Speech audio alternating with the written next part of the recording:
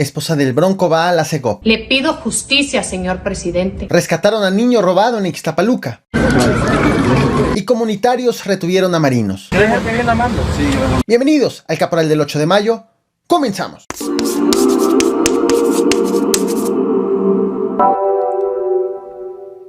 Estás viendo a Jonathan, el animal longevo vivo más viejo. Una especie conocida como gigante de las Seychelles. Actualmente vive en las islas, precisamente de Seychelles, en el Océano Índico, al noreste de Madagascar, en África. Y se calcula que en este 2022 va a cumplir 190 años, es decir, que nació en 1832. Esto se sabe gracias a una antigua foto. Para calcular qué tan vieja es, Jonathan nació un año antes que Antonio López de Santa Anna se convirtiera en presidente de México. Es más, te lo vuelvo a poner. Aquí están. Que se convirtiera en presidente de México por primera vez, antes de la Guerra de los Pasteles, antes de la defensa del castillo de Chapultepec, antes de la Guerra de Reforma, de las presidencias de Benito Juárez y de Porfirio Díaz, antes de la Revolución Mexicana y, muy seguramente, antes de tus abuelitos y de los míos. Ahí está en pantalla. Jonathan está cumpliendo 190 años en este 2022, pero obviamente no se sabe el día exacto de su nacimiento. Todo esto es con cálculos de los expertos. ¿Y cómo va el caso de El Bronco, cuya defensa busca que lleve el proceso en libertad? Adalina Dávalos, la esposa del exgobernador de Nuevo León, se reunió la noche de este jueves 5 de mayo con el secretario de Gobernación, Adán Augusto, para pedirle que revise el caso que le dio prisión preventiva. Apenas el pasado miércoles 4 de mayo, Adalina subió un video a sus redes sociales señalando que el Bronco es preso político del gobierno de Samuel García. No cabe duda que Jaime es un preso político del gobierno de Nuevo León.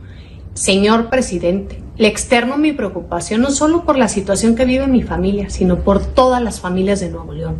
Si esto sucede con quien fuera alcalde, diputado, gobernador y ex candidato a la presidencia de la República, ¿qué nos espera a los ciudadanos que habitamos en nuestro estado? Le pido justicia, señor presidente. Confiamos en usted. Recordemos que, por otro lado, los abogados del Bronco han mantenido la estrategia que por su estado de salud el juez autorice que lleve el proceso en libertad, de ser necesario en el hospital, a tal grado que aseguran que el Bronco puede tener desde una gastritis hasta cáncer, tema del cual te he hablado ampliamente en este canal. Finalmente, tras las terceras y cuarta táctica de la defensa el Bronco, es demostrarle al juez que lo acusan por un delito que no requiere prisión preventiva, para lo cual buscan demostrar que no pretendía huir al momento de su detención, y también han estado señalando violación al debido proceso.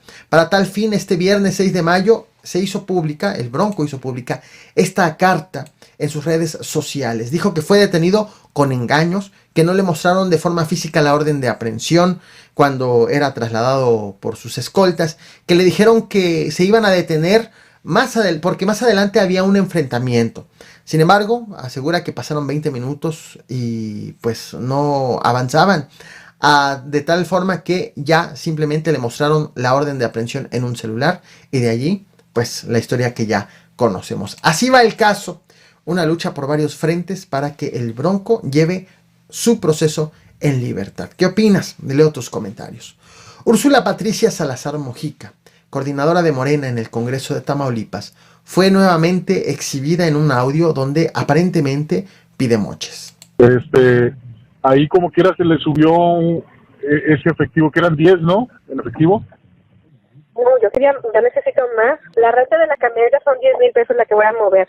Ahorita les di como 1,500 de gasolina a los chavos que van a ocupar. O sea, si voy sumando así, ya llego ahorita como 50, ¿sí? Lo voy a sacar con todos mis proveedores, pero sí, si yo voy sumando todo lo que ocupa el mariachi, haz de cuenta que se compraron unos dulces, ahí los crudos son 4,200, mariachi son 4,500, y así me voy, haz de cuenta, voy sumando un chorro de dinero para no subirte tanto a ti. Esta legisladora es sobrina del presidente Andrés Manuel López Obrador, y lo que acabas de escuchar es el segundo audio que ha sido difundido en donde se le oye pedir moches. Sobre estos dos audios, la Fiscalía de Tamaulipas ha informado que tiene confirmado que su voz es en el primero de ellos. Este segundo es de reciente difusión, apenas está bajo investigación. Derivado de estos audios, el pasado 27 de abril, la diputada presentó una queja ante el Instituto Electoral de Tamaulipas para pedir medidas de protección, argumentando que podría ser víctimas de ataque, de tal forma que pidió protección de la Guardia Nacional y que sea alojada en las instalaciones de la Guardia Nacional. Este viernes 6 de mayo, los consejeros del instituto desecharon la denuncia de la legisladora y sobre este caso, recordemos, el pasado 1 de abril ya fue abordado el presidente de la República, quien confirmó su relación familiar con la diputada, pero aseguró que no la conoce. En este caso lo he estado viendo por los medios. Es en efecto una sobrina, porque es hija de una prima hermana. O sea, la abuela de esta diputada se llama Úrsula, así se llamaba mi abuela, Úrsula. La abuela de esta diputada y mi madre eran hermanas. O sea, la mamá de ella es mi prima, la mamá, prima hermana. Pero pues, si la veo en la calle no la identifico. No tengo relaciones, pues, en nada. Seguramente tengo fotos con ella, eso sí, por mis giras a Tamaulipas y demás, pero no hay ninguna relación. Y además, pues ni se le puede juzgar sumariamente, no puede haber hecho sumario, o sea, se tiene que probar, primero. Y segundo, no debe de haber impunidad para nadie. Es un poco lo de José Ramón, lo de Loret y de todos estos. Este viernes 6 de mayo, la Secretaría de la Función Pública perteneciente al Ejecutivo Federal informó que ya revisó un hecho que derivó de la llamada Casa Gris. Saber si hay conflicto de interés en el hecho de que José Ramón López Beltrán, hijo del presidente, trabaja en una empresa propiedad de los hijos de Daniel Chávez Morán, empresario que también es supervisor del Tren Maya construido por el gobierno federal.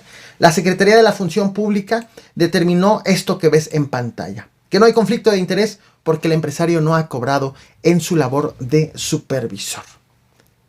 Este jueves 5 de mayo, te platiqué del bloqueo que realizaron habitantes de la comunidad de Río Frío en Ixtapaluca, Estado de México, en la autopista México-Puebla, luego de que un menor de edad fue robado por personas que huyeron en automóvil. Este bloqueo tardó varias horas, de hecho se extendió hasta la madrugada de este viernes 6 de mayo.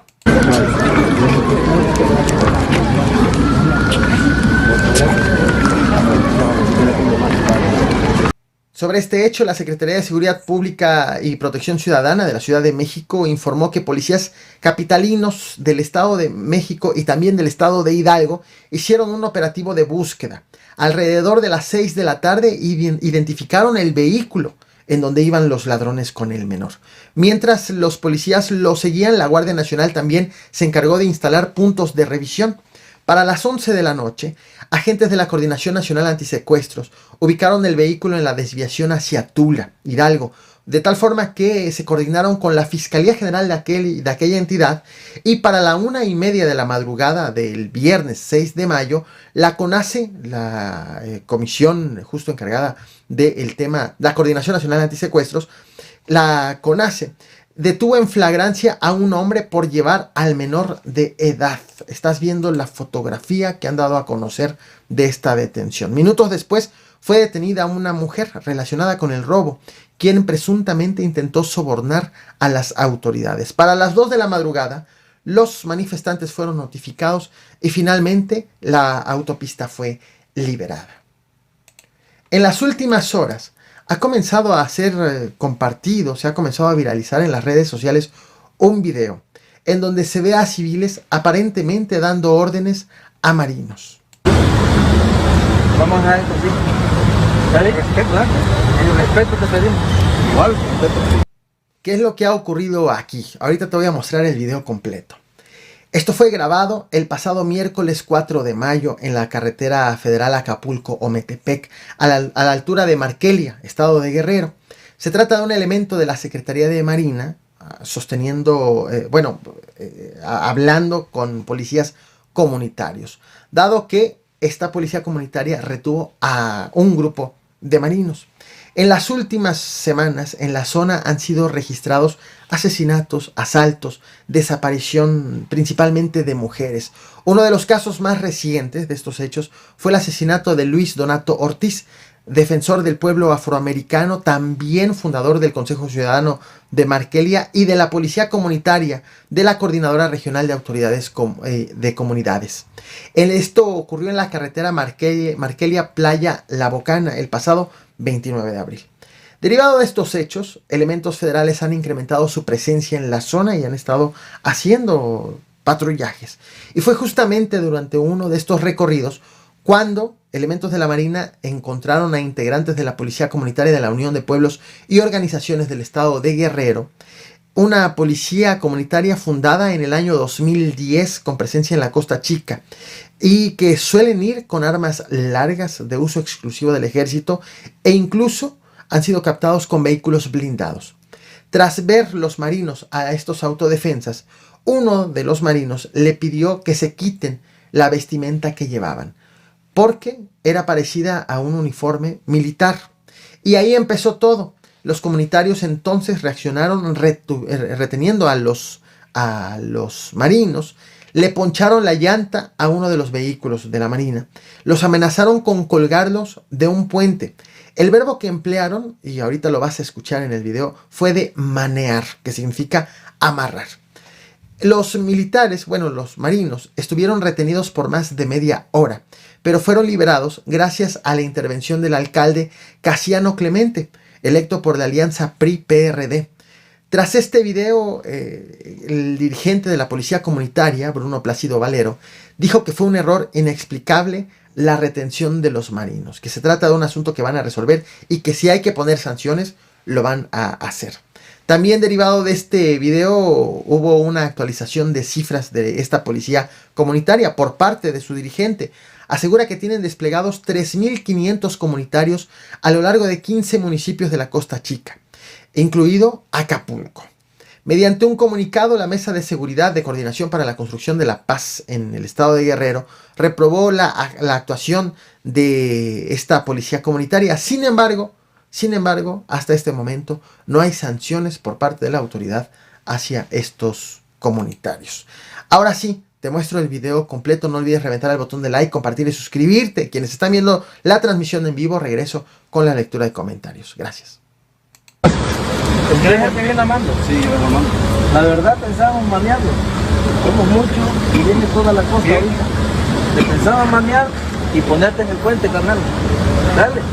Pero por el presidente municipal, que es nuestro amigo y nuestro mando aquí, vamos a dejar esto así. ¿Sabes? Respeto, ¿eh? Y el respeto te pedimos. Igual, respeto. ¿Cómo no respetamos? Le agradecemos mucho, gracias, presidente. Estamos bien. Gracias.